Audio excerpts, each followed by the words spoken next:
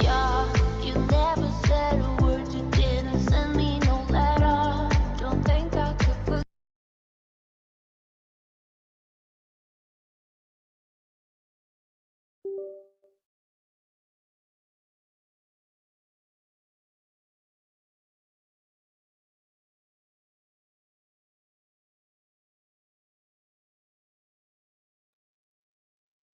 Halo, halo. Cek 1 2 3. Suaranya masuk nggak ya? Masuk, Pak. Oke, terima kasih. Cek, masuk. Ya, Ya, ideologi hadir. oke. Baik, kita mulai, teman-teman semua. Bismillahirrahmanirrahim. Assalamualaikum warahmatullahi wabarakatuh. Waalaikumsalam warahmatullahi wabarakatuh. Selamat siang menjelang sore, rekan-rekan semua. Terima kasih atas kehadirannya di training hari ini. Jadi, ini adalah program partner e-development ya untuk RAC Enterprise. Jadi kita akan melakukan training secara reguler, baik itu mingguan, termasuk juga nanti ada hands-on lab ya yang akan diselenggarakan oleh teman-teman distributor. Oke, nah program ini khusus untuk partner Gold, Silver Partner, kemudian partner Ruji ya. Teman-teman semua bisa bergabung di program enablement ini. Oke, nah sebelum kita mulai, bagi teman-teman yang belum melakukan check-in atau absensi, bisa melakukan absensi terlebih dahulu. Teman-teman bisa melakukan scan melalui QR code ini, atau bisa mengakses link yang ada di bawahnya ya. Nah, untuk link yang ada di bawah ini, sudah kami sertakan juga, yaitu panduan pembuatan RGID.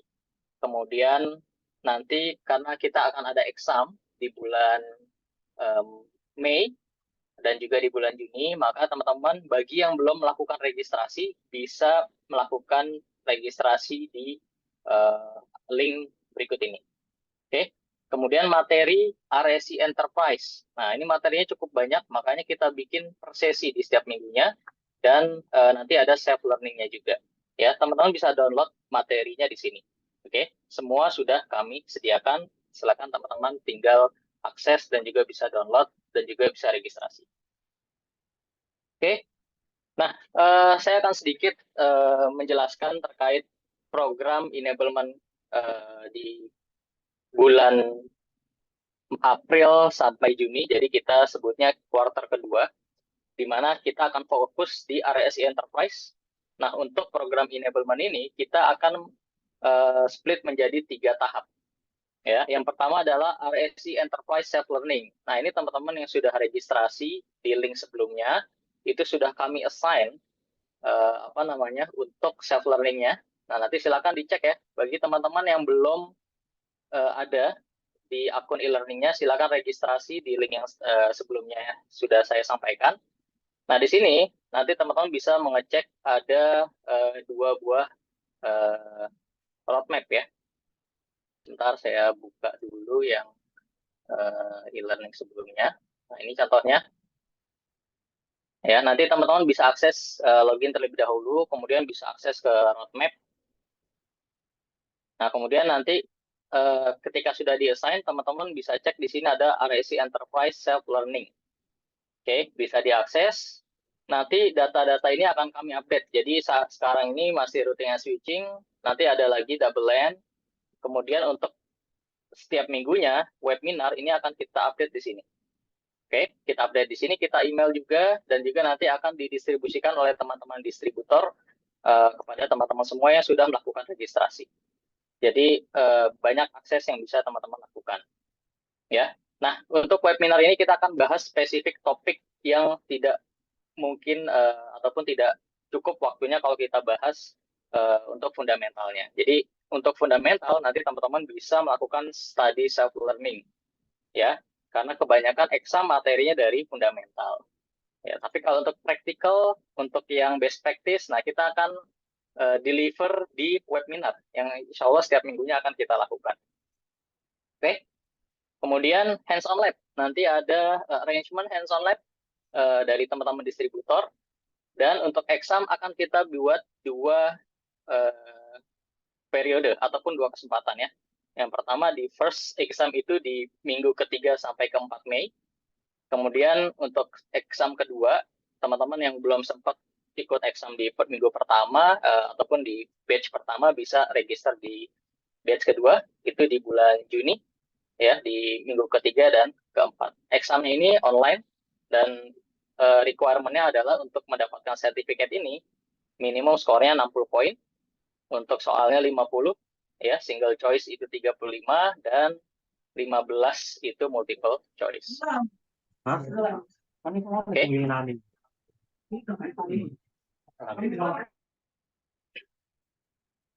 Oke, nah ini ada detail terkait partner enablement program. Jadi teman-teman pengen tahu nih materinya apa aja sih di setiap minggunya. Nah, insya Allah ini topik-topik yang akan kita bahas. Jadi di topik yang pertama ini kita akan sharing terkait firewall product dan juga basic config. Kemudian minggu depan ada switch, lalu ada access point dan juga controller, dan ada spesifik fitur seperti VSU, .1x, dan juga WPA Enterprise, serta Virtual AC, dan juga beberapa fitur advance yang ada di perangkat RUIJ Enterprise. Oke, hands-on lab nanti akan kita buat 3 hands-on lab offline, yaitu untuk yang router, switch, AP, integrasi ke cloud, dan juga ada controller, dan juga nanti ada yang lab firewall-nya. Ya, jadi nanti teman-teman berkesempatan untuk melakukan hands-on. Mungkin nanti buat teman-teman yang di luar daerah punya keterbatasan nanti terkait visit gitu ya ke lokasinya distri, nanti akan kita coba koordinasikan bagaimana kita bisa provide hands-on lab-nya. Oke. Nah, ini untuk exam-nya di bulan Mei dan juga di bulan Juni. Jadi katakan 2 kesempatan. Oke ya. Jadi ini adalah program kita selama kuartal 2. Jadi saya harap teman-teman bisa join untuk training, kemudian webinar, dan juga bisa melakukan self-study learning. Oke. Baik, sekarang kita mulai materinya untuk topik kali ini mengenai firewall overview dan basic configuration. Nah, pertama kita masuk ke product introduction terlebih dahulu. Nah, kalau di RUJI, ini perangkat firewall kita ada perangkat firewall yang kita sebut RGWall Z3200. Secara placement, ya bisa difungsikan sebagai antara router dan juga core switch misalkan, ataupun sebagai perangkat router sekaligus perangkat router gitu ya, itu juga bisa. Nah, sebenarnya kalau kita berbicara firewall, ya secara basic prinsip firewall adalah dia lebih mengarah ke arah security, ya, atau bisa dibilang advanced access control. Nah, kalau untuk firewall biasanya yang definisi awalnya firewall, dia tujuannya untuk melakukan controlling terkait traffic lalu lintas yang lewat, ya, bicara network security misalkan. Nah, di sini ada controlling terkait akses ke arah dari source ke destination, kemudian protokolnya apa, nah di filtering di firewall, gitu ya. Jadi kalau secara summary, router dan switch itu tujuannya untuk forwarding traffic. Nah, di firewall sendiri, dia ada di tengah-tengah nih. Kalau secara konsep dasar gitu ya, dia akan memfiltering lalu lintas yang lewat antara perangkat jaringan.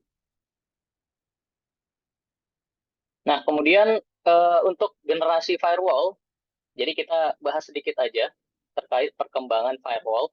Yang pertama, di first generation itu firewall itu dia hanya sebatas paket filtering aja. Nah, contohnya apa? Misalkan access control layer ya, atau kita biasa sebut ACL. Kemudian masuk ke perkembangan generasi kedua, yaitu proxy firewall. Nah, jadi traffic itu semua di forwarding ke dalam proxy firewall yang ada di si perangkat firewall tersebut. Tapi ada keterbatasan untuk deployment-nya karena tidak semua aplikasi itu bisa kita kita bisa lakukan intercept ke arah proxy. Kemudian yang ketiga itu ada stateful firewall. Jadi generasi ketiga kita masuk stateful firewall. Nah, di mana untuk stateful firewall ini kontrol aksesnya itu dia membuat session ataupun connection table sendiri ya. Jadi biasanya kalau di stateless itu kita harus define dari arah misalkan arah LAN ke WAN, kita harus definisikan ya policy-nya. Kemudian sebaliknya juga sama. Tapi kalau di stateful firewall dia sudah membuat connection table. Jadi dia tahu kalau ada koneksi yang dibentuk oleh LAN ke WAN dan begitu juga sebaliknya dia akan dibantu dibuatkan connection table. Kemudian yang keempat itu generasinya itu UTM, Unified Threat Management, di mana sudah ada yang namanya URL filtering, kemudian IPS, ya, kemudian ada antivirus, dan ini biasanya diintegrasikan ataupun disisipkan ke dalam policy. Tapi secara mekanisme security-nya, dia masing-masing engine melakukan processing sendiri.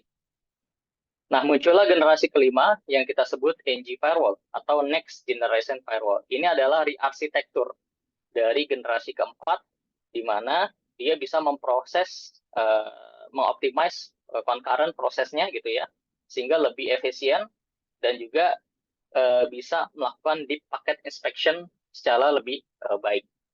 Nah, di RUGI, kita Firewall Z3200S ini merupakan NG Firewall atau Next Generation Firewall. Nah, ini perbedaan ya, kalau antara firewall dan router mungkin dari teman-teman ada yang masih bingung, sebenarnya bedanya apa sih firewall sama router, misalkan ya.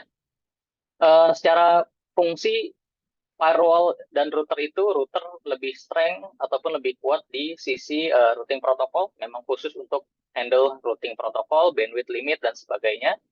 Kalau di firewall, dia memang fokus di antivirus, threat intelligence, dan juga IPS, termasuk kalau sekarang sudah ada application control dan sebagainya.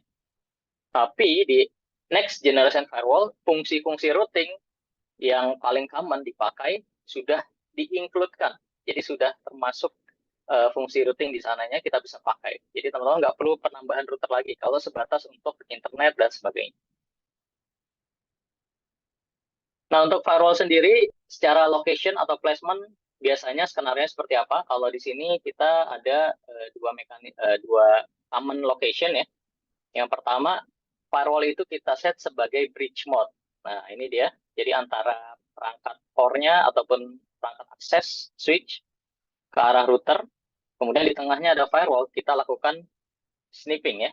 Ataupun kita sniff paket yang lewat, lalu lintasnya yang lewat. Kita filter di sini. Atau juga sebagai router mode. Ya, router mode ini berfungsi sebagai router dan juga sebagai firewall. Jadi di sini ada fungsi layer 3-nya. Ya, dia provide routing, dia juga provide NAT, misalkan fungsi router di sisi firewall. Jadi di sini egress router first firewall. Sebenarnya ada fungsi satu lagi yaitu sebagai security audit. Jadi firewall ini placement-nya dia berada di satu level dengan akses misalkan. Jadi tujuannya untuk meng-capture aja ya. Jadi nggak ada di tengah-tengah switch dan router. Dia ada di sini. Nah, kita bisa forwarding, kita bisa port mirroring ya, traffic dari switch ke arah router kemudian kita lempar ke arah firewall. Ini tujuannya untuk security audit. Jadi kita pengen tahu ya lalu lintasnya seperti apa, apakah ada serangan dan sebagainya. Nah, ini bisa dipakai untuk kebutuhan tersebut. Jadi biasanya memang jarang ya skenario seperti ini, biasanya untuk kebutuhan audit misalkan, sebelum kita melakukan redesign network untuk kebutuhan security-nya. Jadi kita tahu nih, di sini ada serangan-serangan yang mengarah ke arah jaringan LAN misalkan, tapi kita tidak bisa blocking karena posisinya sebagai capturing aja, ya capturing paket saja. Oke, ini aplikasi skenario-nya. Oke. Ya, ada pertanyaan, router mode tetap bisa lakukan audit kan? Bisa, ya. Router mode bisa tetap lakukan audit. Oke.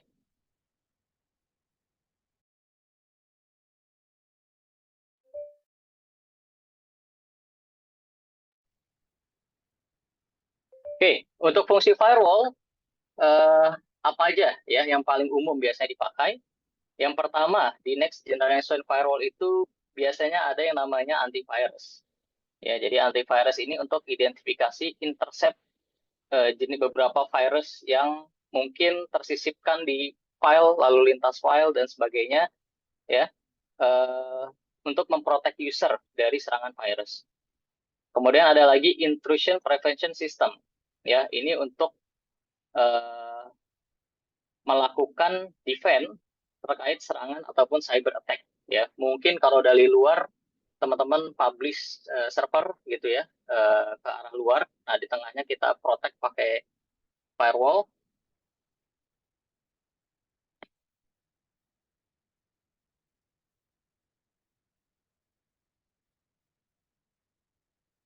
Oh ya, Zoom-nya limit 100 ya.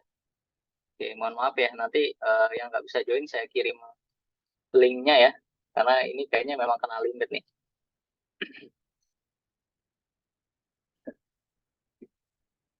Oke, sorry ya. Besok minggu depan kita evaluasi. Saya nggak expect ternyata lebih dari 100 nih pesertanya, luar biasa. Oke, saya lanjut ya. Buat teman-teman yang nggak bisa hadir, nanti saya share recordingnya. Mohon maaf ya untuk apa namanya karena keterbatasan.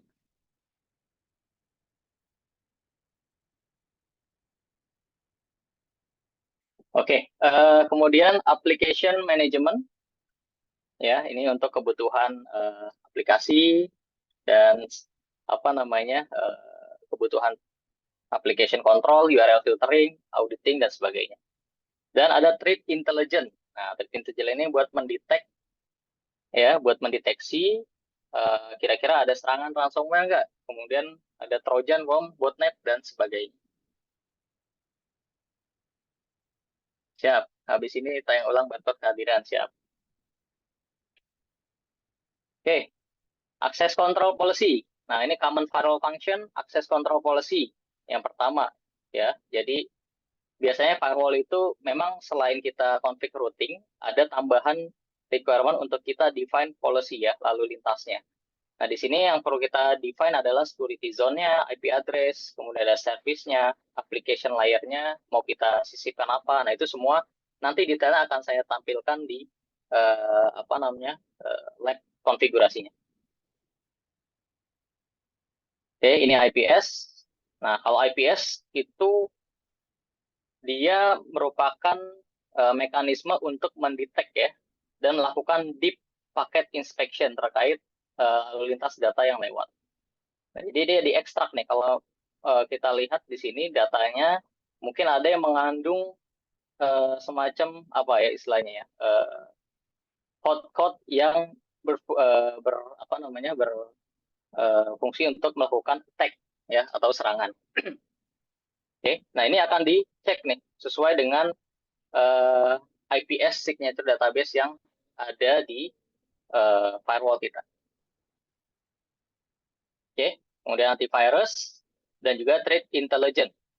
Nah, kalau di threat intelligence ini kenapa firewall itu harus pakai di renew ya? Jadi ada UTM di sana dan dia juga ada license yang harus di renew karena database security itu akan terus up to date. Jadi harus terus up to date supaya bisa mendapatkan database baru ya. Nah, di sini nanti akan melakukan update threat intelligence melalui cloud ke arah next generation firewall ya. Kemudian nanti akan dicek setiap potensi-potensi lalu lintas dari sebuah network mulai dari IP-nya, kemudian URL, termasuk informasi lainnya. Nanti akan dicek kira-kira mengandung botnet atau tidak gitu dan sebagainya. Oke, lalu ada application control, VPN, ya ini yang umum dipakai, dan juga flow control. Jadi di firewall-nya Ruji pun nanti ada support untuk kebutuhan flow control. Nah, berbicara mengenai Ruji Firewall, kita ini saat ini baru ada satu opsi, tapi nanti di kuartal 2 kita akan bisa support untuk produk yang low entry-nya dan juga yang high entry-nya. Jadi saat ini berada di medium ya, untuk di tengah-tengahnya. Di mana secara default untuk throughput performance-nya itu maksimal 1 gigabit per second. Oke, ini maksimal throughput. Kemudian ada 2 license. Ya, ada 2 license. Yang pertama adalah performance upgrade. Jadi performance itu berbicara mengenai throughput-nya. Teman-teman bisa mengupgrade untuk license di tipe ini bisa sampai 3 gigabit per second.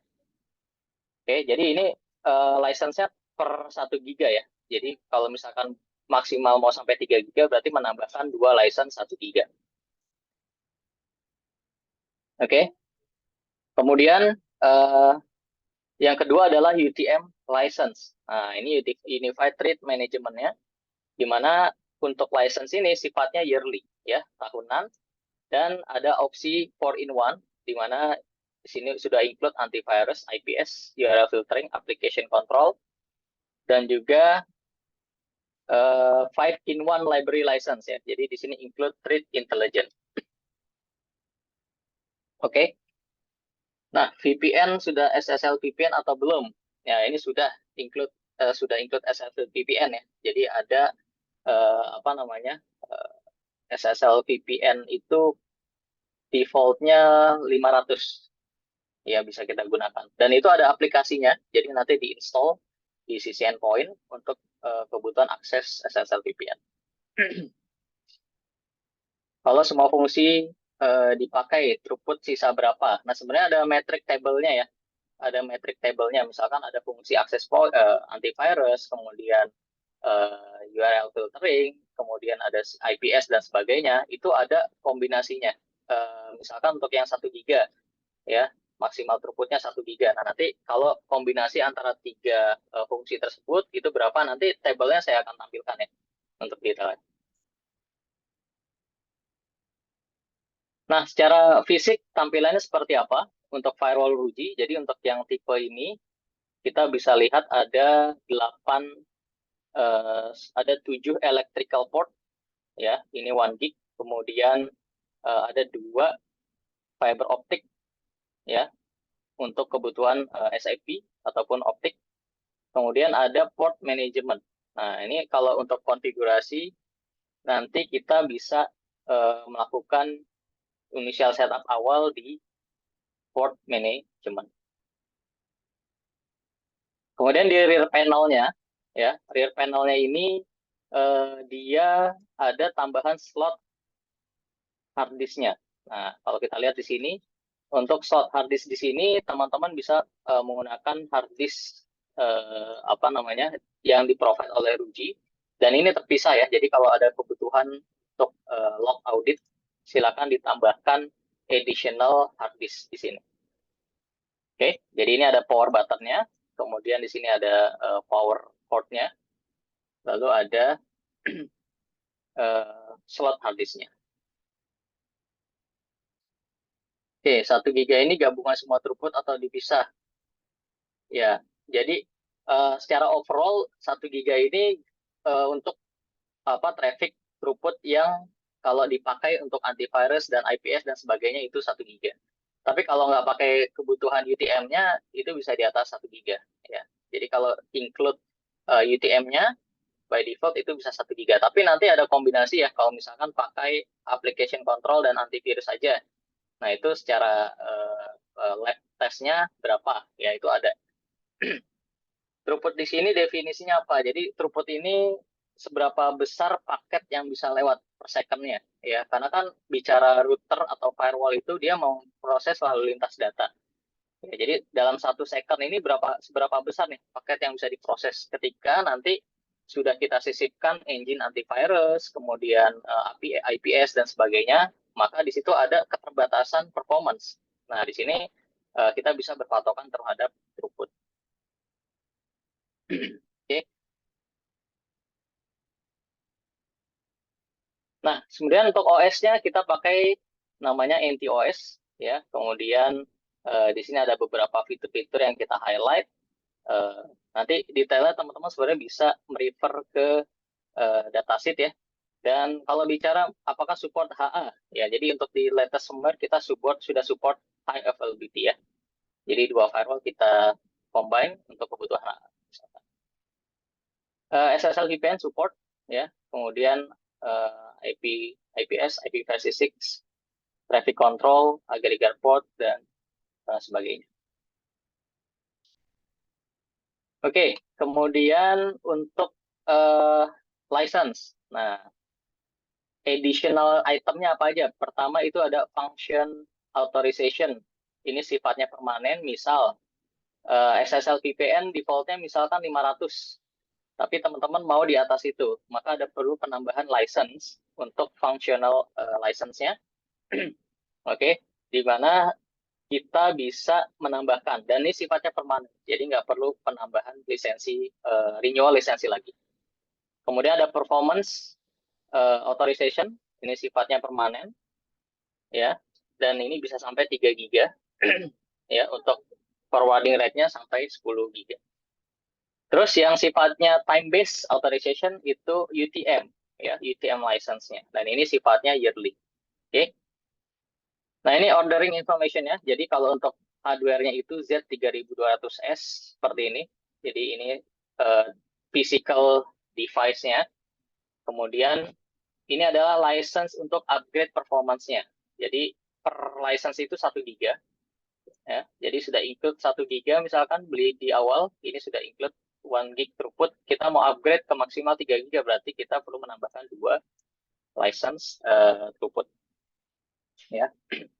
Kemudian UTM-nya di sini ada ada 2 opsi. Yang pertama adalah RGWAL 1600 Z3002S list M. Bedanya ini aja ya, M dan E. Yang membedakan kalau M itu sudah include IPS, antivirus, application control, dan URL signature collection. Jadi 4 in 1. Kalau RGWAL 1600 yang E itu 5 in 1. Bedanya dia ada penambahan threat intelligence. Oke, threat intelligence service. Kemudian kalau untuk penambahan komponen seperti hard disk, ini ada opsi yang 1 tera.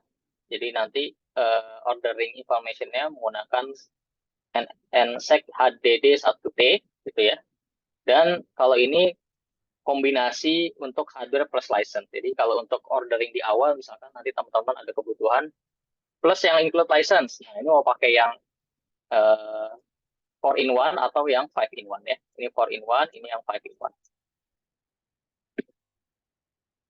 Oke. Nah, kita masuk ke basic konfigurasi, teman-teman. Jadi, di sini saya akan tunjukkan untuk default config-nya, itu kita bisa koneksikan PC kita, ya, kita koneksikan ke perangkat firewall-nya ke arah port 0, ya, atau port management. Nah, ini ada default IP-nya 192.168.1.200, di mana nanti dapat DHCP, kita juga by default passwordnya itu adalah admin, akunnya itu admin, passwordnya firewall. Nah, ini kita coba ya, saya sudah coba koneksikan laptop saya ke firewall. Ini saya akan coba tunjukkan. Oke, pastikan sudah bisa reachable. Kita mengakses HTTPS. Nah, ini tampilan halaman loginnya. Jadi by default, kita masuk username-nya admin, passwordnya adalah firewall ya. Kemudian ini ada captcha-nya atau code yang harus kita masukkan. Ya, kita checklist, I have read and agree, terms and condition-nya. Lalu kita login. Nah, step pertama di sini ketika firewall itu baru di setup, maka teman-teman perlu mengganti passwordnya. Jadi ada prompt untuk mengganti password. Di sini saya coba ganti ruiji@123. Nah, kita lihat tulis juga ruiji@123 ya. Kita klik OK. Nah, maka password sudah berubah. Nah, ini adalah halaman tampilan untuk perangkat firewall-nya Ruiji. Nah, di sini ada quick onboarding wizard. Sebenarnya teman-teman bisa ngikutin wizard di sini, tapi kita skip saja. Saya akan tunjukkan halaman UI-nya dulu. Ya. 23. Jadi nanti kan kita coba config manual ya, step by step. Oke. Nah, ini adalah halaman overview untuk home dari sisi firewall. Jadi ada yang namanya top 5 attack, security overview, gitu ya, attack trend, Dan kalau kita cek view device detail di sini, nah ini akan bisa dilihat informasi terkait perangkatnya ya, device modelnya, SN-nya berapa, kemudian versinya versi berapa, dan juga ada license expiration-nya. Kalau kita klik view details, oke. Nah, di sini akan terlihat bahwa ada license performance-nya ya yang sudah kita purchase. Nah, kalau di sini saya pakai trial license dan ini ternyata sudah expired ya. Nanti saya coba renew license-nya untuk kebutuhan testing. Oke. Dan untuk performance kita bisa cek throughput-nya di sini 1 giga. Oke. SSL VPN saat ini 500 ya, 500 concurrent free license. Dan kalau teman-teman mau upgrade lagi itu bisa ya. Jadi bisa tambahkan additional license concurrent. Oke. Nah, ini adalah halaman home-nya. Nah, sekarang kita balik dulu ke PPT-nya ya. Nah, jadi kita tadi sudah lihat view basic firewall information. Kemudian kalau kita mau ganti service parameternya, mungkin akses port HTTPS-nya untuk arah firewall jangan pakai 443. Ya, kita mau ganti pakai port yang lebih spesifik. Itu juga bisa. Kita ganti di service parameter. Oke. Nah, ini ada pertanyaan, ada yang 10 gig port nggak? Untuk yang 10 gig port nanti di produk di atasnya ya, kemudian kita akan launching. Kemudian throughput 3 giga ini full fitur yang bisa digunakan untuk berapa user maksimal. Secara rekomendasi, kalau tidak salah itu 500 ya 500 user, tapi nanti saya coba cek kembali ya dari sisi datasheet karena itu lebih valid ya. Jadi bisa disesuaikan berdasarkan kebutuhan concurrence ataupun session connection-nya. Secara hardware bisa maksimal, tetapi belum durasi license rumah saja diturunkan. Ya, jadi memang kalau di sisi firewall itu kan ada UTM-nya.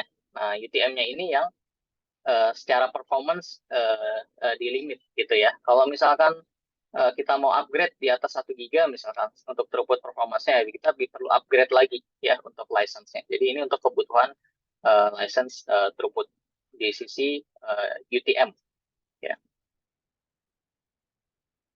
Oke, kita lanjut dulu ya. Firewall interface type and configuration. Nah, jadi kalau tipe-tipe firewall di Ruji itu kita ada 3 mode. Yang pertama routing mode. Ya, ini common ya, teman-teman pasti sudah biasa menggunakan router ya menghubungkan antara dua network yang berbeda. Seperti ini.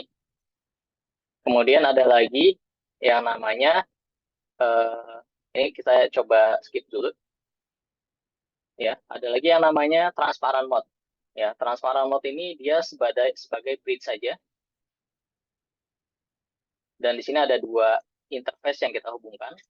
Kemudian ada 1 port kita hubungkan ke jaringan lokal untuk kebutuhan akses manajemen.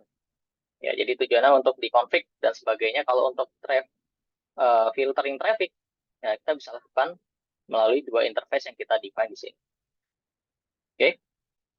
Nah, ini contoh tampilan transparent mode. Jadi kalau di firewall itu kita bisa pisah portnya ya. Jadi misalkan port 1 sama port 2 ini mau pakai sebagai router mode. Nah, ini bisa. Kemudian port 3, port 4 kita pakai sebagai bridge mode. Mungkin ada kebutuhan layer 2 filtering ya di network yang jaringan tersebut. Itu bisa juga. Dan yang ketiga itu ada yang modenya off-path mode. Nah, kalau kita lihat di sini off-path mode ini ya di sini dia sebenarnya cukup 1 kaki ya, tapi yang satunya lagi ini untuk kebutuhan manajemen. Ya, misalkan kita sambungan ke PC ya untuk kebutuhan monitoring atau kita sambungan ke network di VLAN monitoring misalkan itu bisa. Nah, tapi di sini kita bisa melakukan sniffing.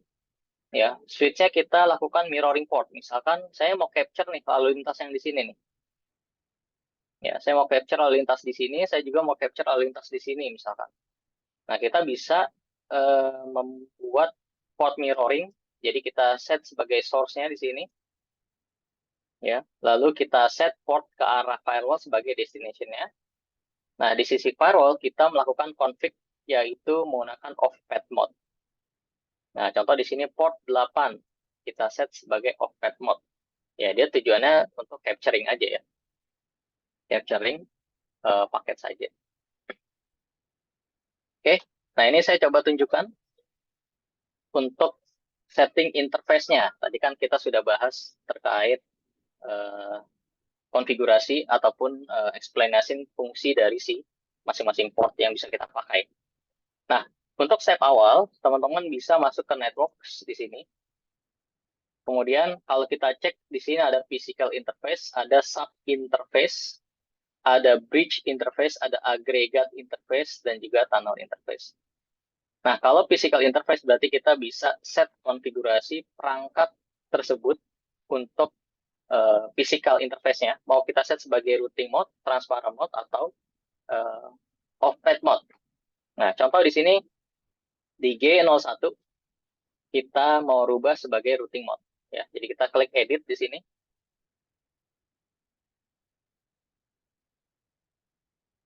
Oke, kemudian di sini ada modenya, teman-teman bisa rubah ke routing mode. Nah, kemudian ada zone-nya. Nah, di sini saya akan jelaskan sedikit.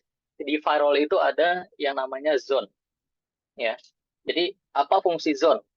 Nah, karena biasanya kalau di firewall itu kan kita harus mengatur lalu lintas traffic yang lewat ya. Contoh di sini ada firewall, kemudian dia ke arah internet. Kemudian di sini ada arah server. Lalu kita hubungkan lagi port 1, ini port 2, ini port 3 misal. Ini ke arah LAN. Ya, ini ke arah LAN. Nah, kita harus tahu nih, LAN ini mau kita define sebagai zone apa? Oh, yang paling umum biasanya di firewall itu ada trust zone, kemudian ada untrust zone, lalu ada DMZ. Nah, itu paling umum ya. Apakah nama ini bisa kita ganti? Boleh saja. Jadi, teman-teman bisa saja mengganti sesuai kebutuhan teman-teman ya untuk namingnya. Tapi yang umum biasanya seperti ini. DMZ biasanya untuk kebutuhan server akses ya. Jadi arah server itu kita set sebagai DMZ zone misalkan. Kemudian trust. Trust itu biasanya ke arah network yang kita percaya nih. Nah, network apa yang biasa kita percaya itu adalah jaringan LAN-nya ataupun jaringan kantor yang ada di perangkat yang sudah kita set up ya. Jadi ini adalah trust zone. Lalu ada lagi untrust. Nah, untrust ini itu adalah jaringan yang tidak bisa dipercaya gitu. Nah, biasanya kan banyak serangan, banyak IP-IP yang kita tidak tahu. Nah, biasanya itu adalah mengarah ke internet. Jadi kita define sebagai untrust di sini. Oke. Nah, kita sudah tahu nih klasifikasi zone-nya. Ada untrust, ada DMZ, kemudian ada trust zone, kemudian physical interface mana yang akan kita masukkan ke dalam zona-zona tersebut.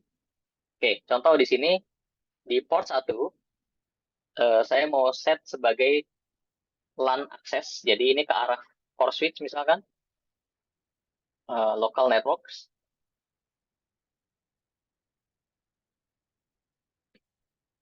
Kemudian kita pilih routing mode.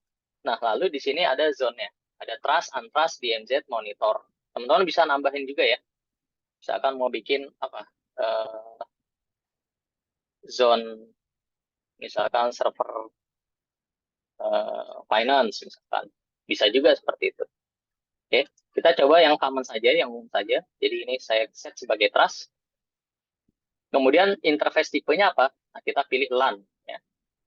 Kita pilih LAN, IP-nya kita set sebagai static, misal IP-nya 10.1.1/24. Jadi nggak perlu define netmask-nya. Oke, /24. Untuk murni firewall mode, transparan, mengatur data masuk di mana? Oke, nanti saya akan jelaskan ya di lab sini. Terkait garansi RMA-nya, bagaimana ya kalau garansi dan LMA itu sama ya dengan firewall atau perangkat teruji yang lain. By default kita 3 tahun RMA-nya, dan ini untuk firewall itu one-to-one replacement. Oke. Nanti teman-teman bisa cek detailnya di service support summary ya. Di situ ada detail semua perangkat teruji, RMA-nya itu bagaimana, license-nya, kemudian juga replacement-nya seperti apa. Yang sudah umum biasanya kalau teman-teman pembelian ke distributor, ya itu bisa langsung replace ke distributor. Oke, apakah sudah support bandwidth limitation atau traffic shaping? Ya, sudah support ya. Nanti ada di konfigurasi bandwidth limit. Ya, itu tapi nanti di sesi terpisah ya, kita nggak bahas di sini. Oke, line bandwidth-nya ini bisa kita define, itu juga apa-apa. Terus akses manajemen boleh dikasih nggak? Misalkan sebatas ping aja, itu juga boleh. Oke, kita save. Oke, kita sudah define zone trust di interface 01 ya. Kemudian planning berikutnya adalah untrust nih. Nah, saya mau koneksikan dia di port 7. Nah, ini port 7 kebetulan sudah terhubung. Saya set sebagai untrust. Ya, kita edit, kita set sebagai untrust 1 interface atau internet port. Kita pilih modenya routing, zone-nya untrust. Pilih nyawan, karena dapat dari ISP di HCP, kita pilih di HCP saja. Line bandwidth-nya mau kita define, boleh. Kalau nggak salah 50 Mbps ya. Di internet saya 50 Mbps. Oke, ping aja misalkan. Di sini ada ISP library ya, tapi ini refer ke China library, jadi kita nggak perlu config di sini. Ada link detection, nanti kita bisa define untuk mengecek kualitas linknya ya. Jadi mungkin nanti ada teman-teman ada kebutuhan failover ataupun load balance, itu kita bisa detect link detection-nya untuk kebutuhan cek healthy link-nya. Ya, kita save dulu di sini sebagai one.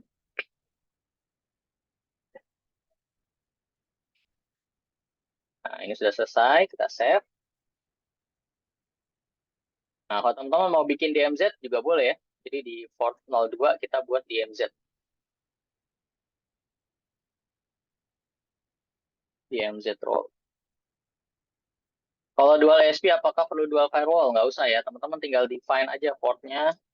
Satu lagi sebagai one juga, boleh diganti ISP 2 misalkan. DMZ. Routing mode, kita set sebagai DMZ. LAN, misalkan. Nah, contohnya gini ya, 10.1/24. Oke, kita save.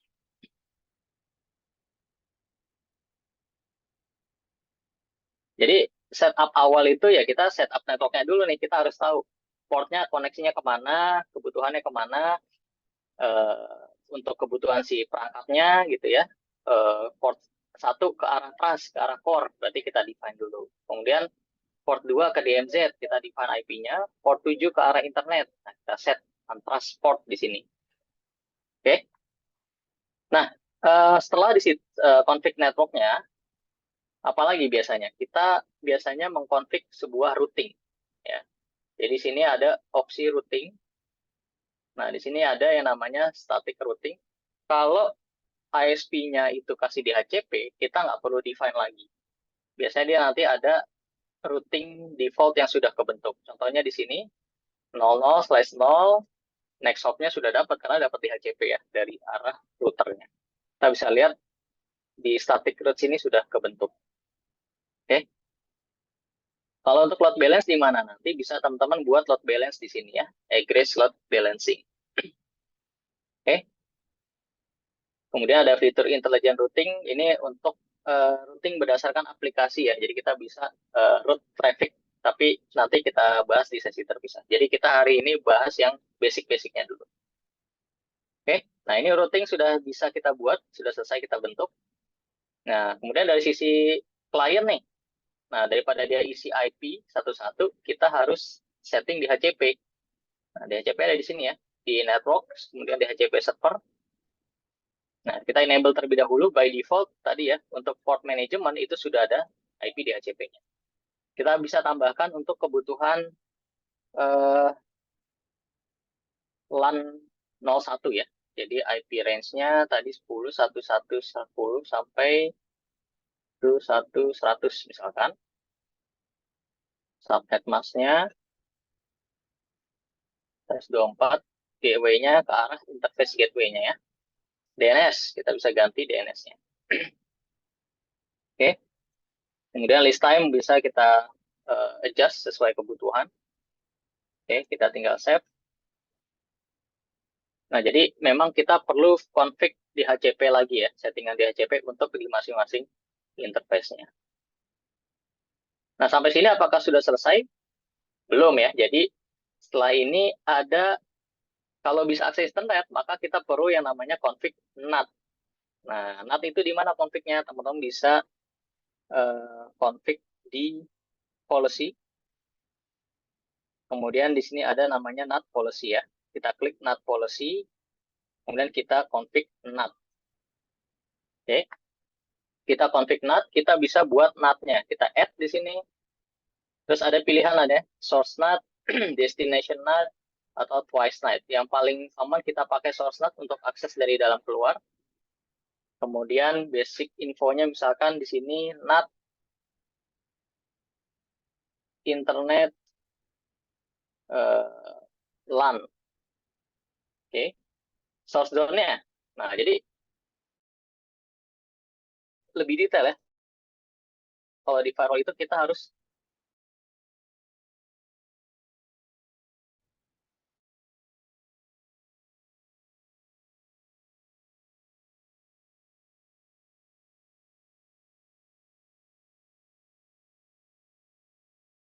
bagus ya. Jadi kita buat misalkan lokal net 11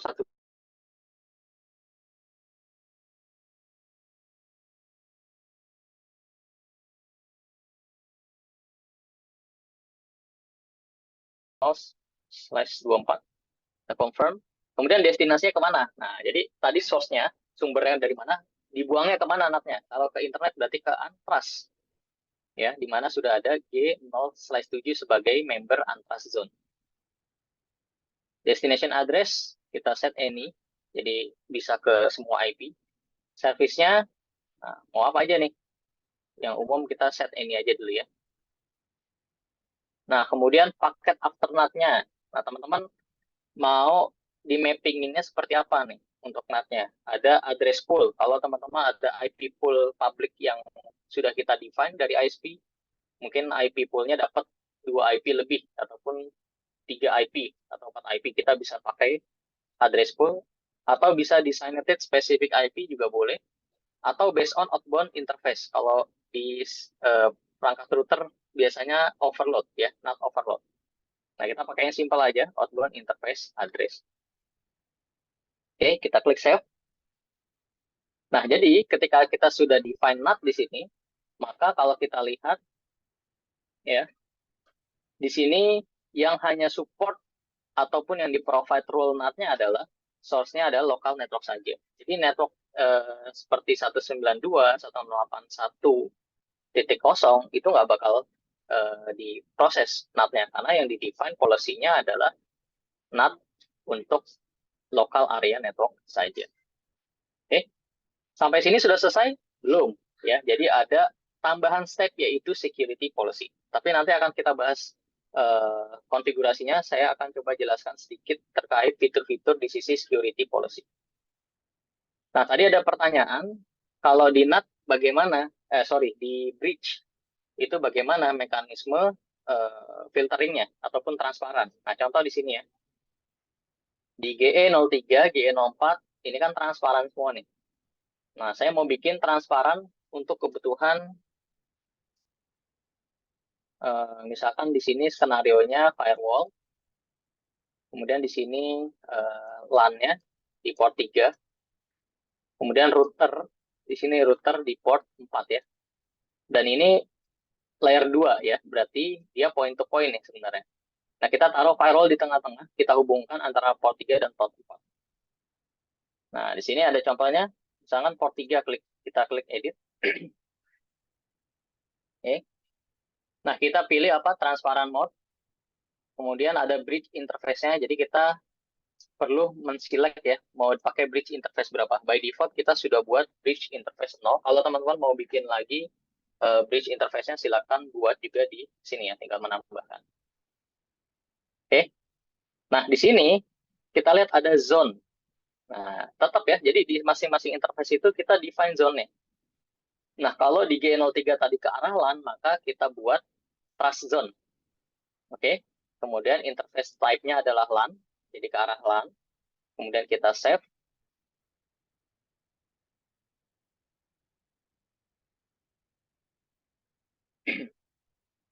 Oke, kemudian untuk yang di 04, ini kita edit. Zone-nya kita set sebagai untrust di sini. Kemudian kita pilih one interface, jadi ke arah one, jadi kita select one interface, lalu kita save. Nah, maka secara topologi dia sudah terbentuk dengan bridge 0, yang satu sebagai trust, yang satu sebagai untrust. Oke. Ini sebagai trust, ini sebagai untrust. Kemudian gimana nih atur policy-nya? Nah, sekarang kita masuk ke basic function policy, security policy-nya. Oke. Nah, di security policy itu biasanya selain tadi kita define interface, kita config interface, kita config routing, kita config di HCP, dan juga NAT-nya. Biasanya kalau di router kan sudah jalan. Tapi di firewall itu ada satu tambahan action lagi ataupun konfigurasi, yaitu security policy. Di sini kita perlu mendefine lalu lintasnya. Kalau tadi kita sudah define trust zone dan juga untrust, maka kita perlu melakukan security policy. Kita perlu menambahkan security policy, paket apa saja yang boleh lewat antara zone tersebut. Nah, contoh di sini misalkan di skenario ini adalah server 1 diizinkan, server 2 di-deny, gitu ya. Nah, ini ada contoh mekanismenya. Gimana nih cara polisinya matching? Ya, pertama kita harus tahu security zone-nya. Lalu source IP-nya dari mana? Destinasinya kemana? Kemudian service-nya apa yang mau lewat? Jadi sangat detail ya. Lalu time-nya kita bisa kasih waktu juga. Si policy ini aktif dari jam berapa? Kemudian action-nya apa? Permit or deny gitu. Nah, di sini policy yang kita create, parameter-parameter inilah yang harus kita masukkan. Jadi teman-teman harus punya gambaran terlebih dahulu. Kalau dari trust ke arah internet, aturan mainnya mau kayak gimana? Dan begitu juga sebaliknya, trust ke DMZ mau seperti apa, DMZ ke trust juga mau seperti apa. Oke. Kemudian kita coba praktekkan ya. Di sini ada policy. Kemudian teman-teman bisa masuk ke security policy, lalu ada security policy. Nah, di sini kita bisa create policy. Oke, kita create policy. Nah, ini kok ada informasi simulation space dan create. Nah, simulation space ini adalah fitur untuk melakukan simulasi dulu sebelum kita apply policy yang aslinya. Takutnya kan kalau kita buat policy baru itu kena impact ke sisi users ya. Tapi kita coba langsung create policy-nya. Di sini misalkan LAN to internet. Nah, jadi saya bikin aturan ke arah dari LAN ke arah internet mau seperti apa. Oke, policy group-nya kita buat yang default policy. Teman-teman juga bisa buat grup yang berbeda. Oke, agent-nya ini karena belum ada ya, jadi kita pilih default policy before. Nah, source-nya itu kita set dari trust, gitu ya, trust zone. Kemudian source-nya, nah, tadi kita sudah define ya, local network, jadi IP 10110 kita set sebagai source address. Kemudian user group ini Kalau teman-teman nanti pakai kebutuhan username password atau LDAP, itu bisa kita select di sini. Tapi ini tidak mandatori ya, jadi kita bisa skip. Kemudian destinasinya, nah ini ke mana? Ke Antras. Oke, destinasi ke Antras, kemudian ke arah mana IP yang ditujunya. Kalau internet kan sangat banyak IP-nya, jadi kita select any saja. Servisnya mau apa aja yang lewat? Nah, ada banyak nih. Sebenarnya kalau mau lebih spesifik, teman-teman bisa select spesifik service yang boleh lewat. Tapi kalau mau semuanya lewat, bisa juga. Misalkan contohnya saya pakai any, ya gampangnya aja, pakai any. Kemudian ada application control. Ya, ini bisa kita set application mana yang boleh lewat. Tapi nanti kita bahas ya di slide berikutnya.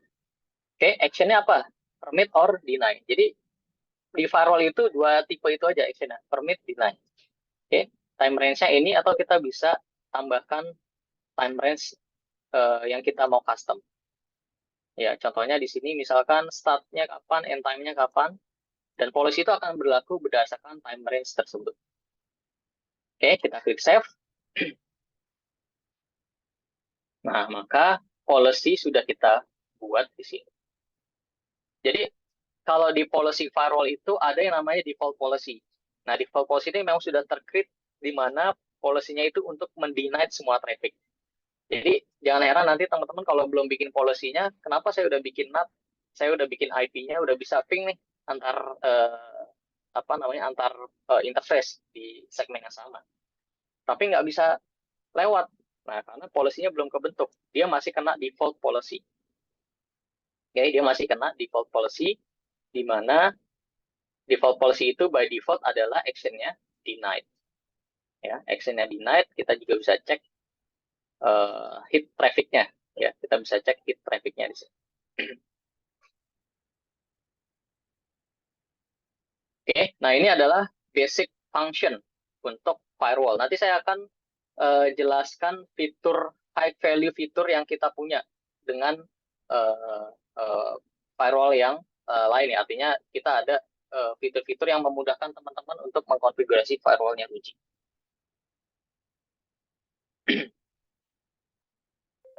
Untuk deploy transparent mode jika physical down, apakah trafficnya bisa di pass through? Sepertinya tidak bisa ya. Nanti saya coba testing dulu ya. Kemungkinan tidak bisa ke pass through, jadi mati dia trafficnya. Bisakah berfungsi sebagai secure SD-WAN? Saat ini di fitur firewall kita belum ada fitur SD-WAN-nya. Jadi untuk SD-WAN solution sendiri kita ada produknya lagi nanti yaitu di EG ya untuk solusi SD-WAN. Tapi nanti kalau ada fitur terbaru terkait SD-WAN itu nanti akan diupdate kembali. Oke. Nah, sekarang saya masuk ke dalam high value features dari sisi firewall kita.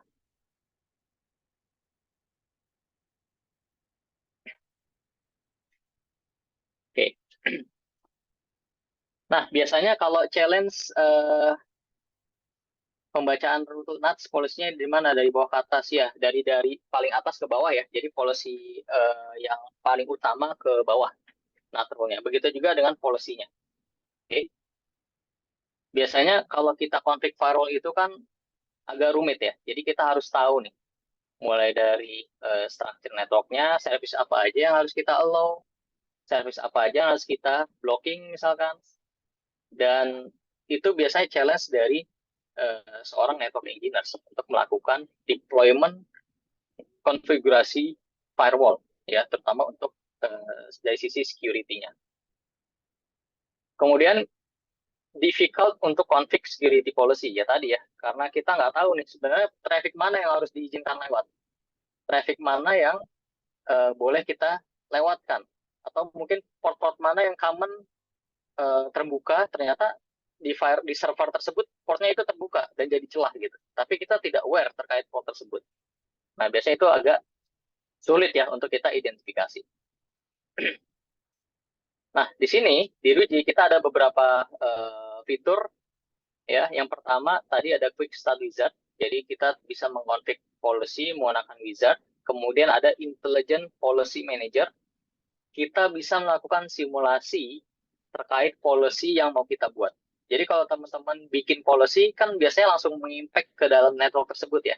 Saya mau bikin firewall policy baru nih. Misalkan saya mau deny IP A ke arah internet. Tetapi ketika kita buat policy-nya, ternyata salah konfig. Yang kena adalah impact-nya ke network yang lain. Dan itu berakibat jaringan tidak bisa diakses misalkan.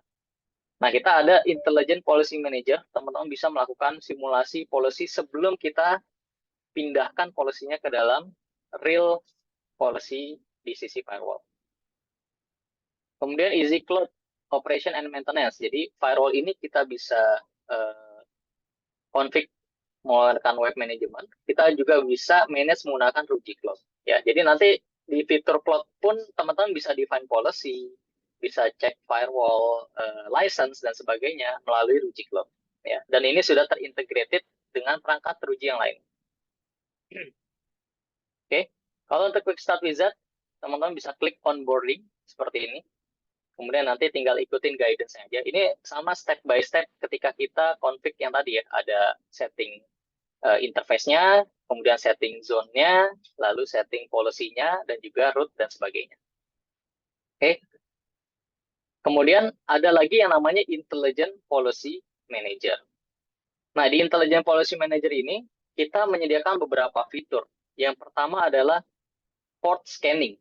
Jadi, kita bisa mendefine spesifik IP ya untuk dilakukan scanning portnya melalui firewall. Jadi nanti firewall akan menyekan ke setiap perangkat yang kita define IP-nya, port berapa yang ternyata terbuka, nah nanti akan di-advise. Jadi port sekian ini punya security leak ya karena terbuka.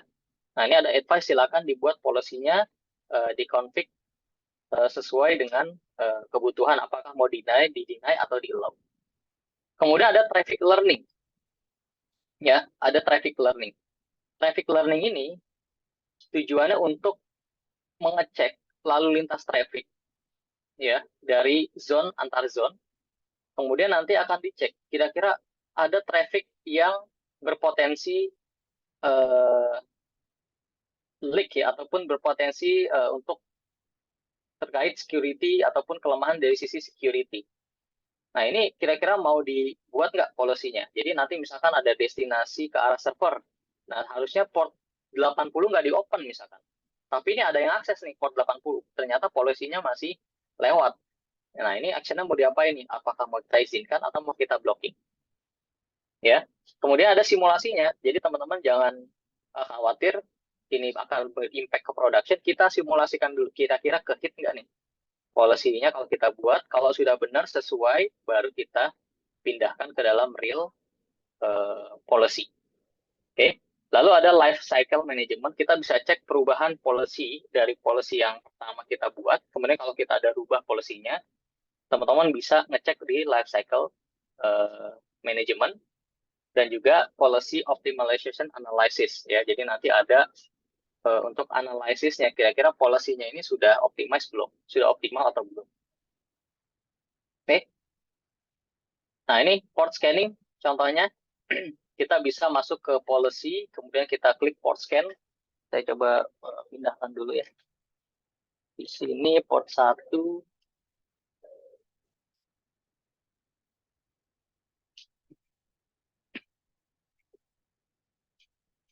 Oke, kita masuk ke port scanning. Nah, saya masuk ke dalam UI-nya. Ya, teman-teman masuk ke policy, lalu di sini ada port scan. Jadi ada fitur port scan. Oke, kita klik di sini. Nah, jadi ada sebelumnya sempat ada konfigurasi ya, jadi bisa kita delete dulu. Atau teman-teman mau menambahkan port scan yang baru. Jadi saya tambahkan port scan di sini. Oke, kita delete dulu ya.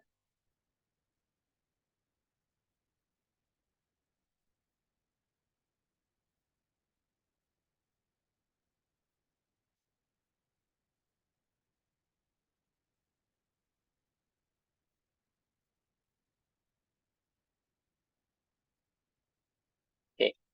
Jadi kita melakukan penambahan port scanning. Contohnya saya mau bikin port scan untuk IP 10.11.1.0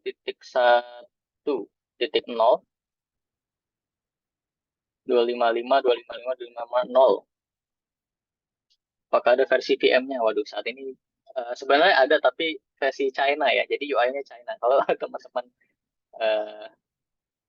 familiar bisa. Tapi nanti insya Allah nanti akan kita bantu arrange ya untuk hands-on lab-nya. Jadi teman-teman biar lebih familiar, nanti akan dibantu teman-teman di ini.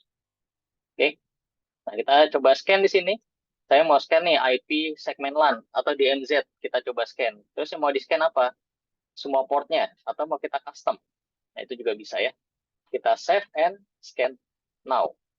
IP address already exists. Oke, misalnya 1, 2. Oh, sorry, ini udah. Ini ya, kita select. Kita save. Kemudian kita scan ya. Save and scan.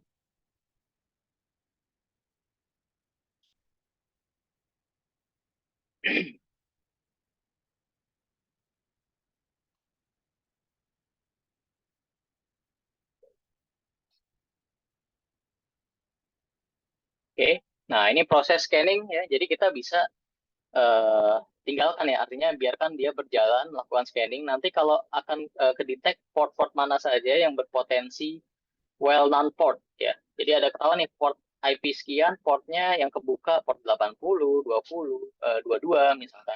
Dan itu statusnya open sekarang. Actionnya mau seperti apa? Nah, kita tunggu saja sampai dia complete ya. Sambil menunggu kita lanjut ke fitur berikutnya, yaitu traffic learning. Nah, traffic learning di sini kita bisa melakukan scanning ya. Jadi lalu lintas traffic yang lewat seperti apa nih gitu ya. Kita bikin traffic learning di sini. Oke. Kita bisa add traffic learning address. Ya, misalkan saya mau lihat lalu lintas dari si 10.11.024.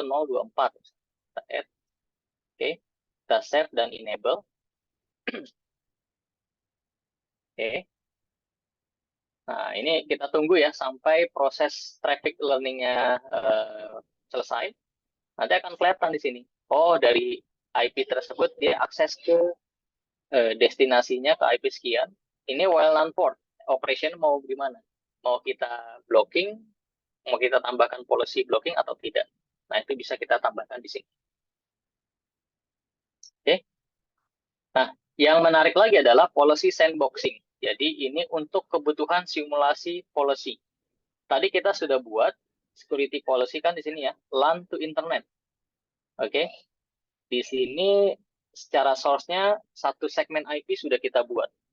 Nah, tetapi saya pengen spesifik IP kita blocking. Tapi saya takut nih, karena ini production, takutnya mengganggu. Nah, teman-teman bisa melakukan pembuatan simulation, kita klik create new, kemudian di sini ada simulation space.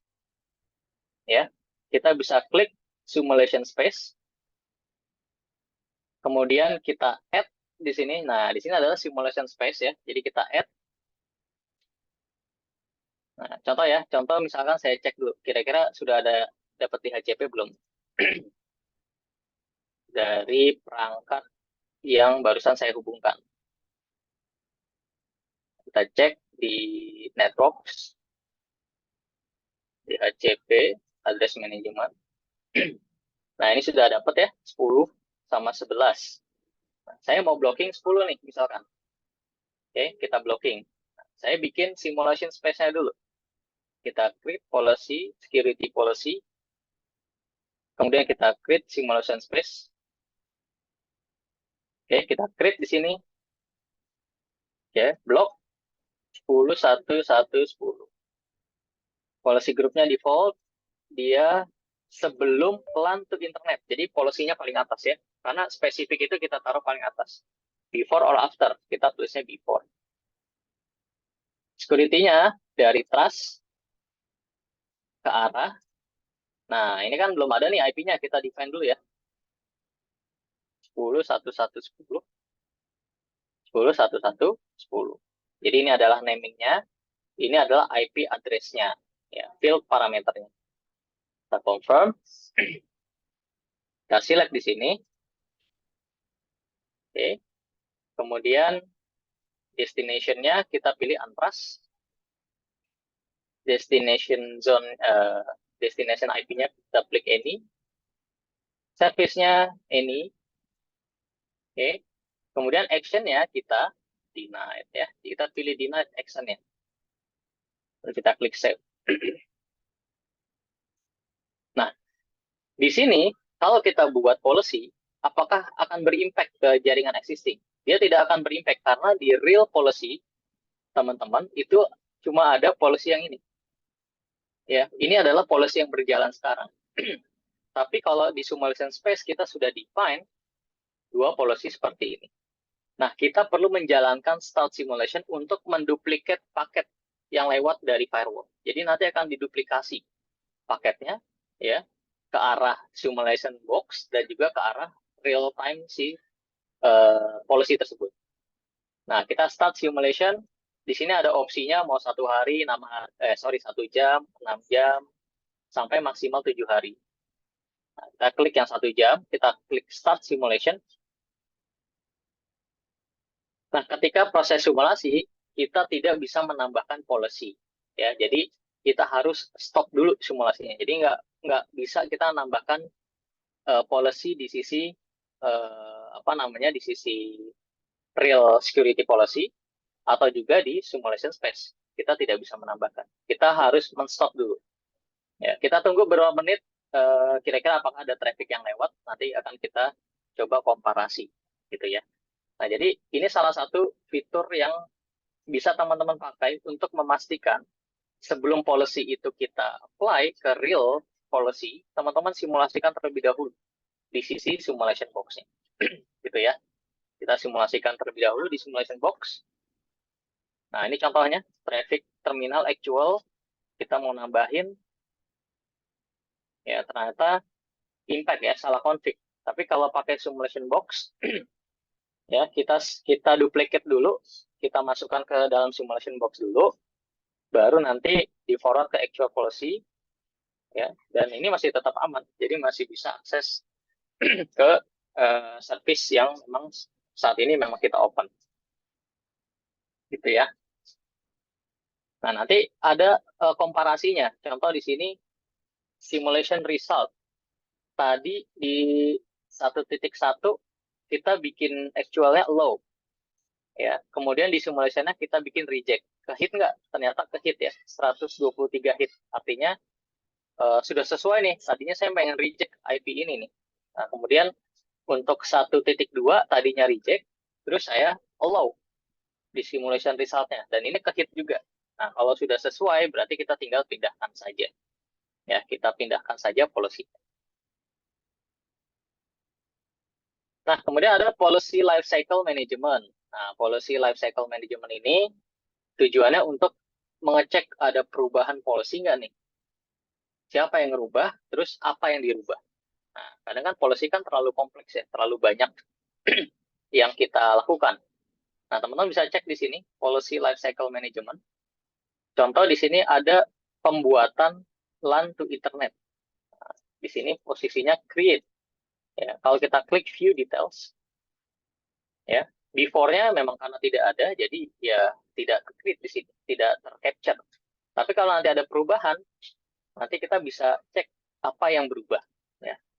Nah, ini coba kita stop, kita lakukan perubahan, ya kita edit, sebentar ya, kita simulation space. Kita coba stop simulation. Oke.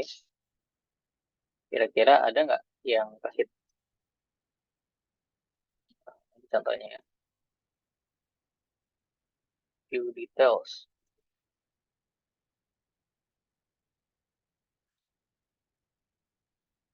Apply to simulation. Ini butuh lebih lama lagi ya untuk ngecek karena trafficnya nggak kepake nih perangkatnya. Nah, saya coba rubah dulu untuk yang policy yang di sini ya. Kita coba edit. Langsung saja kita edit. Misal saya mau rubah time range-nya.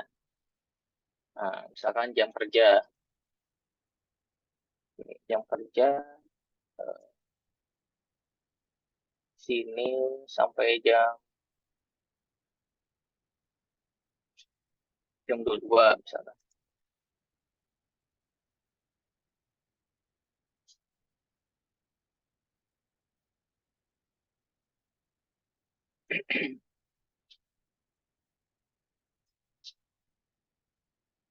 Bentar ya. Cycle lifetime. Oke, kita pilih misalnya seperti ini. Friday. Oke, kita buat tes. Confirm. Kita pilih yang tes. Kita klik save. Nah, ini kan berarti ada perubahan ya, policy nih. Nah, kita pengen tahu ya perubahannya apa sih. Nah, di sini bisa teman-teman bisa lihat, oh ada policy life cycle perubahan di policy LAN to internet. Kita cek yang berubah apa. Nah, di sini ada perubahan time range. Kalau mau kita cek aja yang berubah, oh di sini ya perubahannya adalah sebelumnya ini sekarang di-apply menggunakan policy life cycle, time-nya dirubah ke test. Gitu. Oke, nah sekarang gimana kita menyisipkan fungsi firewall? Ya, fungsi fungsi security-nya kan tadi ada yang namanya VTM, terus ada yang namanya antivirus dan sebagainya, threat intelligence. Di sini saya akan jelaskan secara overall aja. Nanti detailnya akan kita masukkan ke topik security deployment. Nah, tapi teman-teman bisa mensisipkan security policy di sini ya. Jadi kita define dulu. Kalau kita cek di objek itu ada yang namanya application control, kemudian ada URL kategori, kemudian ada content template security, di sini ada IPS, ada virus protection, dan URL filtering. Nah, contoh misalkan IPS. Sebenarnya di Ruji Firewall itu kita sudah melakukan define profile untuk client, server, mining, default. Kalau teman-teman mau custom, teman-teman bisa lakukan custom template di sini. Contoh misalkan di client, di IPS apa yang biasanya disisipkan untuk proteksi IPS-nya. Kalau kita cek di sini view details, nah di dalam client ini ada default rules, parameter-parameter yang sudah disisipkan untuk IPS signature database-nya. Kalau kita klik detail, nah ini banyak sekali nih. Jadi ini bisa ribuan ya. Nah, untuk detection, threat, malware, botnet dan sebagainya, tipikalnya dia adalah botnet kah atau malware atau SQL injection dan sebagainya, itu sudah kita define semua di sini. Jadi teman-teman tinggal sisipkan aja trafficnya, gitu ya. Contoh di sini gimana kita apply policy-nya. Nah, contoh ya, misalkan di LAN ke internet, saya mau menambahkan security IPS-nya, antivirus-nya, kemudian kalau web filternya juga mau kita tambahkan, itu bisa. Kita edit di sini. Kemudian kalau teman-teman lihat di sini ada content security. Ya. Nah, kita bisa enable, kita select template-nya, mau pakai apa? Karena ini untuk klien, kita protect misalkan klien. Kalau server, teman-teman bisa select server atau bisa custom sendiri, itu juga boleh. Oke, klien kita confirm. Kemudian default action-nya apa? Oke, default action-nya itu ke arah merefer ke masing-masing profile, itu boleh. Atau kalau mau di blocking semua yang sudah kita define itu juga bisa. Virusnya kita bisa select template-nya ya, default misalkan. Kemudian action-nya block. URL filtering juga bisa teman-teman pakai ya, seperti ini. Nanti bisa kita custom ya. Dan juga kalau application teman-teman bisa menambahkan aplikasi ya, aplikasi apa aja yang mau kita izinkan lewat nih. Ya, contohnya di sini kita pakai dibuat security ini ya. IPS, dan virus protection.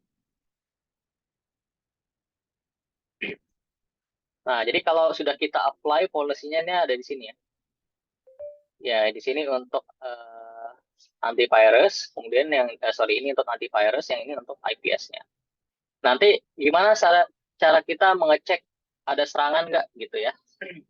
Gimana cara kita cek ada serangan atau tidak? Nah, kita bisa cek di sini, monitor, security cockpit. Teman-teman bisa cek secara overall, ya, threat yang terkena seperti apa. Kemudian di log monitoring, di intelligent overview juga bisa cek. Nanti saya coba cek ya di firewall teman-teman distri, kayaknya ada yang sudah real, jadi bisa kelihatan lebih jelas gitu kalau ada serangan-serangan. Oke. Nah, kita bisa cek sebenarnya di sini ya, summary-nya. Oke, ada pertanyaan, 2SP mau routing untuk ISP-A khusus update Windows, sedangkan ISP-B untuk internet browsing biasa. Logging konten YouTube. Oke. Kalau untuk kebutuhan load balance, teman-teman nanti bisa buat di egress load balancing di sini. Jadi kita harus define dulu dua physical one. Di sini kita bisa define sebagai one. Contohnya saya rubah di 06. Ini kita set sebagai routing mode. Kita pilih select one, Antras, CP, saja ya, kita save.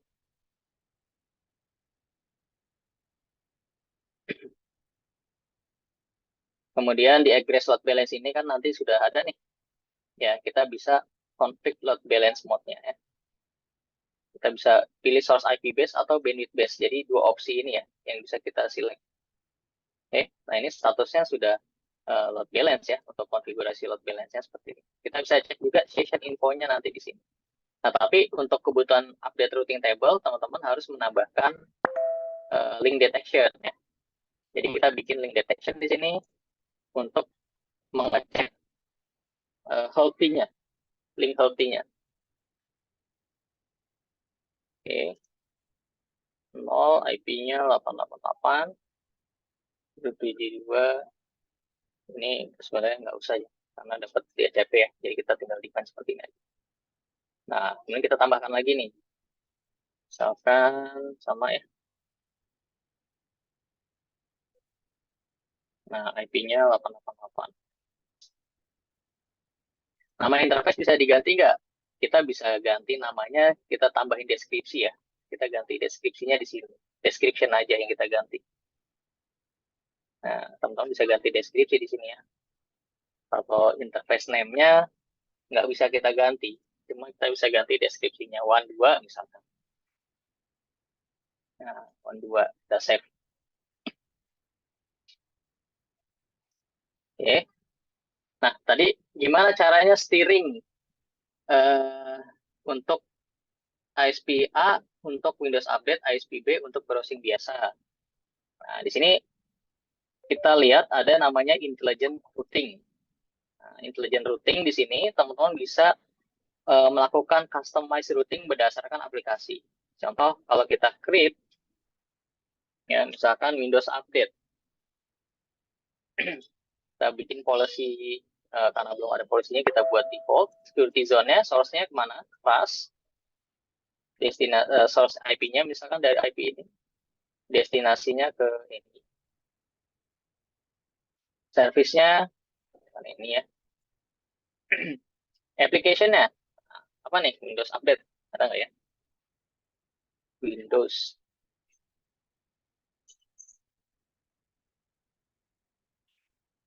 Ini sama dengan PBR bukan? Ya, kalau PBR itu kita harus define specific IP. Dia nggak bisa berdasarkan aplikasi. Ya, dia nggak bisa berdasarkan aplikasi. Jadi apa namanya? Harus tahu IP-nya gitu. Nah, kalau ini application steering, nah benar ya Pak. Kita pakai application steering. Jadi kita define, karena kan aplikasi itu kan banyak parameternya ya. Ada IP, ada port dan sebagainya. Nah, kita sudah ada signature database-nya di sini.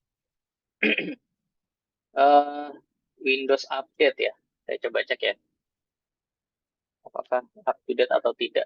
Karena ini saya license-nya expired ya. Jadi nggak bisa kecek. Kita coba tes misalkan yang online game gitu ya. Jadi teman-teman bisa select online game seperti ini. Oke. Kemudian time range-nya bisa kita kasih juga. Oke. Forwarding-nya kemana? Misalkan tadi ya, ke port 6. Oke. Next hop-nya ini bisa di-define manual, atau kalau ini kan sifatnya di HCP ya, jadi nggak usah. Link detection-nya kita bisa kasih link detection nih, buat memastikan kira-kira kalau linknya nggak mencapai ke IP ini, maka policy ini nggak berlaku. Gitu. Nah, kita klik save. Nah, maka policy kita buat seperti ini. The outbound interface is abnormal. Oh iya, port 6 kan mati ya. Kita ganti port 7. Nah, seperti ini ya. Link detection doesn't match. Link detection nggak? Nggak seperti link detection. Ini harus refer ke IP yang spesifik ya, ke arah aplikasi. Oke, jadi nanti kalau ada traffic yang ke-hit, bisa kita cek di sini ya, hit count-nya seberapa gitu ya. Kita bisa cek dari sini. Oke. Nah, ini adalah untuk kebutuhan intelligent routing. Nah, terus bandwidth management gimana? Nah, bandwidth management itu ada di sini. Policy, kemudian ada traffic control policy. Traffic control policy kita bisa enable di sini. Kemudian kita select dulu ya. One-nya, misalkan one 6 dan one 7. Uplink-nya misalnya sama-sama 50. G0 juga sama-sama 50. Kita save. Baru kita buat policy-nya. Oke. Kita buat policy-nya di sini, traffic control policy, kita create. Ya, misalkan limit 5 Mbps. Misal. Lainnya mau semuanya atau spesifik port. Ya, contoh port 7 doang misalkan. Apply-nya ke sana. Source-nya ke arah 10, 10, 1, 10 ya. Atau local network berlaku satu segmen. Destinasinya ini, bandwidth channel-nya. Nah, ini belum ada, kita perlu define. Misalkan 5 MB. Oke. Max uplink rate-nya 5 Mbps. Garantinya, mau kita masukin garantinya, 1 Mbps. Max downlink-nya 5, garanti downlink-nya 1 Mbps. Oke. IP base traffic limit not configure overall limit. Nah, ini berlaku untuk satu policy ya, kalau ini ya. Jadi secara keseluruhan kena 5 mega nih. Gitu. Tapi kalau kita mau define misalkan 30, oke, 30 IP-nya, satu policy itu 30, tapi per IP-nya kita buat 5, misalkan. Nah, ini bisa. Terus priority-nya mau apa? Medium, low, atau lowest. Ya, misalkan low, contohnya kita confirm. Nah, terus kita select ya. Nah, teman-teman bisa kasih aplikasi juga di sini. Mau kebutuhan apa? YouTube, misalkan. Nah, bisa. Jadi yang kena aplikasi YouTube dengan priority low, misalkan. Itu juga bisa ya. Kita klik save. Seperti ini. Nah, ini adalah policy untuk kebutuhan traffic control policy. Oke. Nah, jadi untuk firewall, basic setup-nya kurang lebih seperti itu, teman-teman. Nah, jadi kalau misalkan nanti detail fungsi-fungsi yang lainnya sebenarnya ada banyak ya. SSL VPN untuk kebutuhan remote VPN, kemudian untuk LAN, untuk VPN IPsec point to point, ya itu juga bisa. Kemudian nanti ada fungsi-fungsi lainnya yang content security akan kita bahas nanti di sesi berikutnya. Ada pertanyaan support VLAN Pak? Support ya. Jadi teman-teman bisa buat di sub interface. Jadi kalau di sini karena port itu kita buatnya sebagai root mode, maka VLAN itu kita buatnya di sini adalah sub interface ya. Jadi klik sub interface, terus kita kasih VLAN ID-nya. Kita bisa select nih, port berapa. Ya, VLAN ID-nya berapa. Untuk traffic control ini, impact hanya ke outgoing ke internet atau internal juga, tergantung policy-nya. Jadi kalau policy-nya kita define-nya, sebentar ya, kita coba cek. Line config traffic control. Oke, ini ke arah internet aja ya kalau ini ya. Ini ke arah internet aja. Karena di sini secara source-nya dia merefer ke arah one-nya. Line ini ya, ke arah internet aja ya, Pak Jun. Nah, untuk yang ke arah lokal nanti saya coba double check dulu. Ya, mungkin nanti ada kebutuhan ya, misalkan DMZ mau di limit gitu. Ya, tapi biasanya jarang ya untuk local network kita limit. Biasanya paling dari sisi security-nya aja gitu. Oke, nah kurang lebih seperti itu teman-teman yang common dipakai untuk kebutuhan firewall di sisi firewall RUGI ya. Jadi nanti jika teman-teman ada kebutuhan terkait firewall, misalkan untuk POC dan sebagainya, bisa menghubungi ke distributor kami ya. Oke, sebelum kita akhiri, tadi dari teman-teman ada yang minta untuk ditampilkan kembali link absensinya. Ya, silakan di-scan kembali untuk absensinya. Nanti video recording ini akan kita sharing untuk teman-teman bisa review kembali atau juga bisa melalui e-learning ya. Ya, nanti report dokumen teman-teman ya, untuk dokumen yang hari ini termasuk termasuk yang sebentar ya. Dokumen link 3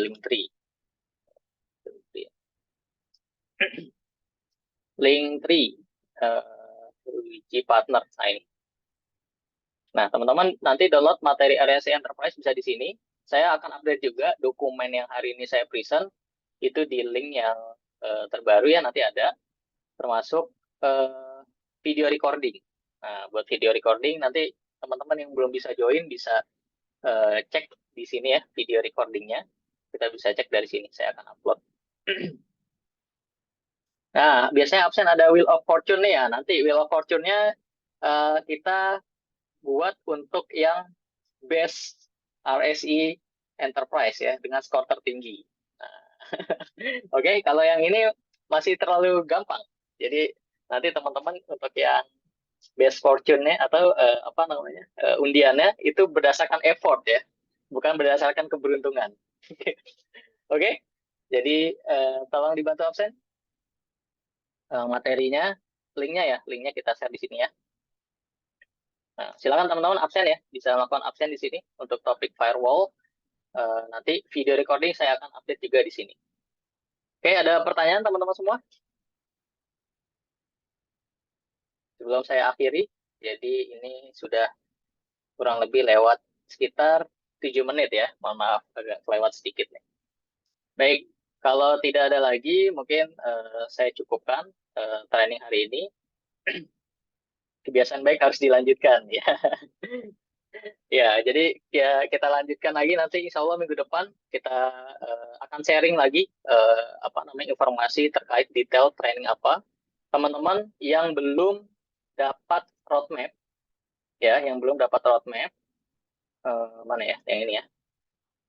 Silakan nanti tolong registrasi lagi di sini. Jadi jangan lupa buat e-learningnya dulu akunnya.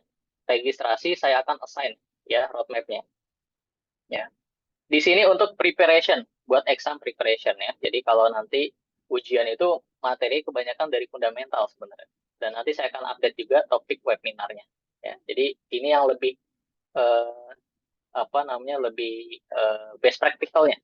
Ya, supaya teman-teman ada panduan kalau nanti melakukan konfigurasi untuk perangkat firewall dan perangkat-perangkat lainnya. Oke, jadi mungkin cukup sekian dari saya. Terima kasih untuk kehadirannya, luar biasa. Sudah 100 peserta ya, kena limit ya, kena session limit nih.